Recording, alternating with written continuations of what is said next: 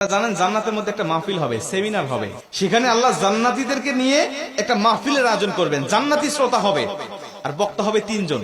প্রথমে বিশেষ বক্তা হিসেবে থাকবেন হযরত দাউদ আলাইহিস সালাম। দাউদ আলাইহিস সালামের কুরআন নাজিল হয় নাই, দাউদ নবী কোনদিন কুরআন পড়েও নাই। তারপরে আল্লাহ সেদিন তাকে ইলম দিবেন, তিনি দাউদ নবী সূরা তোহা থেকে তেলাওয়াত করবেন। তাফসীরে এসেছে দাউদ নবী যখন কুরআন থেকে তেলাওয়াত করবেন তার একটা গলা থেকে, একটা কণ্ঠ থেকে ৮০ রকম সুর বের হতে থাকবে। জান্নাতীরা দাউদ নবীর কণ্ঠে তেলাওয়াত শুনে তো পাগল, বলবে আল্লাহ কি তেলাওয়াত শুনতেছি, আমরা তেলাওয়াত শুনে শুনে জান্নাতে থাকতে চাই, আর কিচ্ছু চাই না। আল্লাহ বলবে এর থেকে কি সুমধুর তেলাওয়াত শুনতে চাও না?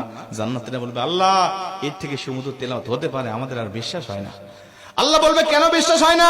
দাউদ নবীর উপরে কোরআন নাজিল হয় নাই, দাউদ নবী কোরআনের জন্য মার খায় নাই। যে নবীর উপরে কোরআন নাজিল করেছি, যে নবী কোরআনের জন্য মার খেয়েছে, দাঁত শহীদ করেছে, মাথার হেলমেট ভেঙেছে, উহুদের প্রান্তরে রক্তক্ষরণ করেছে, ওই নবীর কণ্ঠ থেকে কোরআনের তেলাওয়াত শোনো কেমন সুমধুর শোনা যায়।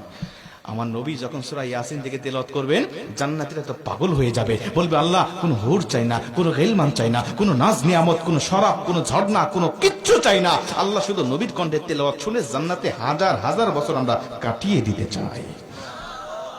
আল্লাহ বলবে জান্নাতি এর থেকেও কি সুমধুর তেলাওয়াত তোমরা শুনতে চাও না? জান্নাতীরা বলবে আল্লাহ এর থেকে সুমধুর তেলাওয়াত হতে পারে, এটা আমাদের আর বিশ্বাসই হয় না। জান্নাতীরা কেন বিশ্বাস হবে না বলো?